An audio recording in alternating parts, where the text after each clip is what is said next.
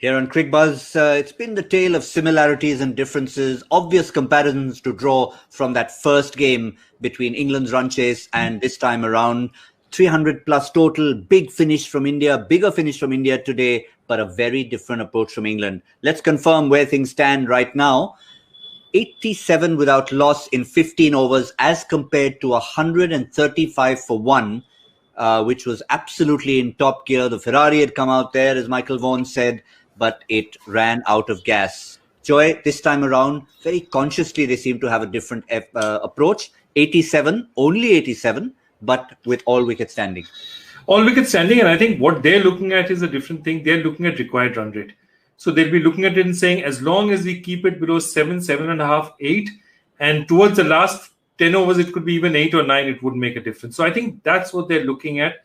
It's a smart approach, and if you notice all the overs, Kuldeep came on, they gave him respect for the first couple of overs, then they went after him. Then, Bhuvi, first couple of overs, they looked at him, they had a really good look at his bowling, then they went after him. I think they're picking and choosing their spots as well to take calculated risks. And I think this serves England better as a chasing team. Yeah, I can tell you what to add to that in terms of approach. First ball after the combox, they've also given Shardul Thakur the kind of respect that he had got in the previous game. First two balls after combox, bang, bang, 6-6. Oh, God. Absolutely. I mean, look, I think this is a batting team that is so strong and so talented that they can do it. The question is simply that they don't need to do it in 40 overs or 35 overs. You don't get extra points for that. You get nothing for that. I think that's what they're telling themselves. They would have told themselves, look, if it's a 380, that's how we should bat if there's 380 on the board, not if there's 334 on the board. And right now, they're making this look easy.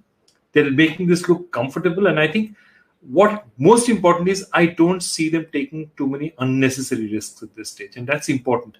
The other thing, of course, I think we should raise is the fact that India has traditionally, over the last few matches, one-day matches, just not got wickets at the beginning.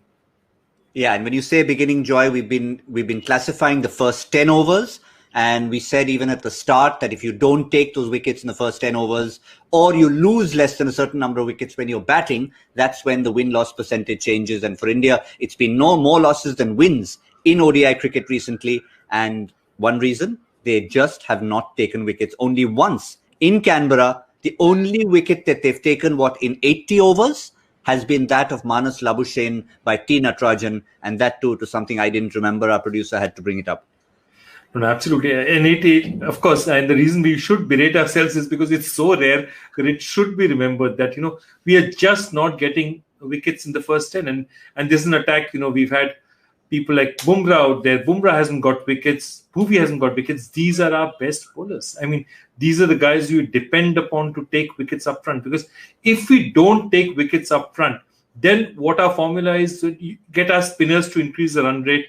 And then after a while, towards the end, just, squeeze them till they start giving us wickets, And that is not going to work because right now, the English batsmen, or the kind of pitches that you're playing out now, the English batsmen, even the Australian batsmen, they're not giving the spinners the same respect. This is not the Kuldeep Chahal act. This is not the Kulcha act that we used to see before that, okay, no matter what happens at the beginning, these guys will come and just squeeze the middle order. It's not happening. In fact, I'm glad you brought up Kulcha because the separation of Kulcha happened as a result of this pair. And this pair has now ended up getting 5 consecutive 50-plus stands against India, and they're doing it again today, and they're doing it again in a manner, as you said, Joy, that is more attuned towards the kind of run chase. Because as you said, the other day, the required rate was 5.4. Problem is they had 2 wickets in hand or 3 wickets in hand. Doesn't matter if it's 7.5, if you've got 9 wickets in hand. Absolutely. And they bat deep enough. They don't need to take risks. I would say that it's one of the most formidable batting combinations that you see. And it's very interesting how towards the beginning, Jason Roy totally dominated strike. When Jason Roy had played about 35 balls and was nicely well set, I think Bairstow had played about 9 balls and had 4 of 9 balls. And then immediately, that changed. Bairstow started getting runs. Jason Roy took a bit of a backseat. They know each other's game. They play off each other very, very well. This, if it lasts for a while, is going to be one of the great, great combinations opening combinations in ODI cricket. I mean, we've seen Haynes and Greenwich. We've seen Saeed Anwar, Amit Sohail. This deserves to be there. Of course, Sachin Saurav and Sachin Sehwag, but this deserves to be there. And of course, Rohit and Shikhar haven't done badly for themselves either. They certainly haven't, but these guys are turning it on. As you mentioned, very similar pattern in terms of that progression. Bairstow was again playing second fiddle to Jason Roy. Only difference was that Roy did get out at some point in the first 15 overs. This time around, they've stuck around for 15 plus overs, 102 after 16. And now those 2 sixes I mentioned to you were that of Johnny Bairstow. So what do India do from here to wrap up this combox? I think they've just got to I would get Bhuvi back for a couple and said, get me a wicket now. We need a wicket now.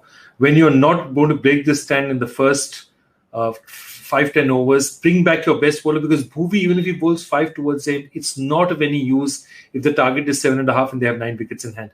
They need him now. He's our best bowler. He needs to make an impact right now. I know you said Bhuvi, but I'm going to throw one more at you. I know I was saying last question, but what about the Pandyas? I mean, we don't know about Hardik because remember he didn't bowl the last time around, but certainly Krunal can have an effect. He's just that kind of a effervescent character.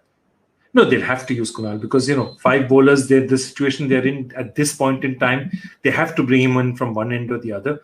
And I think the only problem is, again, if they hit him off his length, then he'll be struggling a bit. And that's what they tried to do in the previous match, if you remember. And that's what, he tends to, his problem is, and they've watched him all. Remember, all these guys, they see a lot of the IPL cricket as well. They know that when Kunal's under pressure, he tries to dart it in. He tries to just aims at your legs and just tries to, as they say, tang pakadna. It's a very common term that you don't want the batsman to score. Just, fire in Yorkers at his toes. And if they don't get it right, he could go for a few. Well, that seems to be the formula. We've tried to make this conversation last to bring that other desperate Crickbuzz Combox curse in, but that's not working either. So we leave it to the Indian bowlers because the period between 15 and 35 is going to determine the fate of this game. So by the time I join you with Michael Vaughan, things should be progressing in one direction or the other. We'll see you soon.